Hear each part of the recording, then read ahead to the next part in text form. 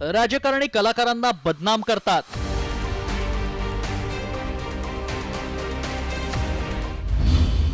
सुरेश धस यांनी माफी मागावी. त्यांनी तितक्याच विनम्रतेनं माझी जाहीर माफी मागावी. धसांचा टोला प्राजक्ता माळीचं उत्तर. त्यांच्या डेट्स कशा कशा पद्धतीने मिळतात, काय होतात. प्राजक्ता ताई सुद्धा आमच्या इथं येतात. बीडच्या सरपंच संतोष देशमुख हत्या प्रकरण चांगलंच तापलंय. त्यातच भाजप आमदार सुरेश धस यांनी धनंजय मुंडेंवर नाव न घेता निशाणा साधतानाच प्राजक्ता माळीचं नाव घेतलं. एवढंच नाही तर प्राजक्ता माळी यांचा जवळचा पत्ता परळी पॅटर्न असा उल्लेख धस यांनी केला. त्यावरून अभिनेत्री प्राजक्ता माळी चांगलीच आक्रमक झाली आहे. तर प्राजक्ता माळीनं धस यांनी माफी मागावी अशी मागणी केली आहे. प्राजक्ता ताई सुद्धा आमच्या इथं येतात. त्या पण आलत्या का इथं?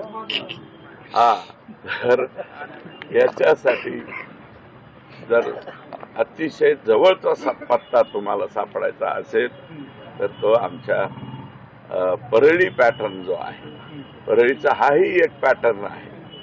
हे वागणं महाराष्ट्रातल्या राजकारण्यांना शोभत नाही.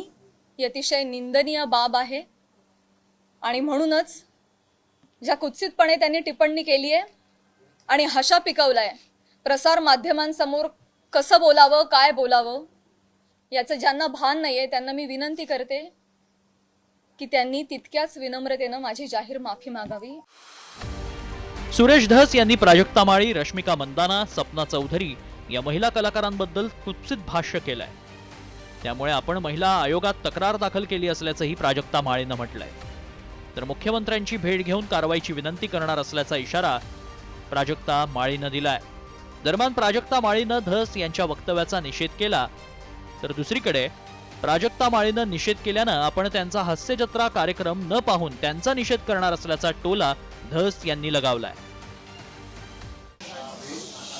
बीड जिल्ह्यातील माननीय आमदार श्री सुरेश धस यांनी काल प्रसार माध्यमांशी बोलताना जी काही टिप्पणी केली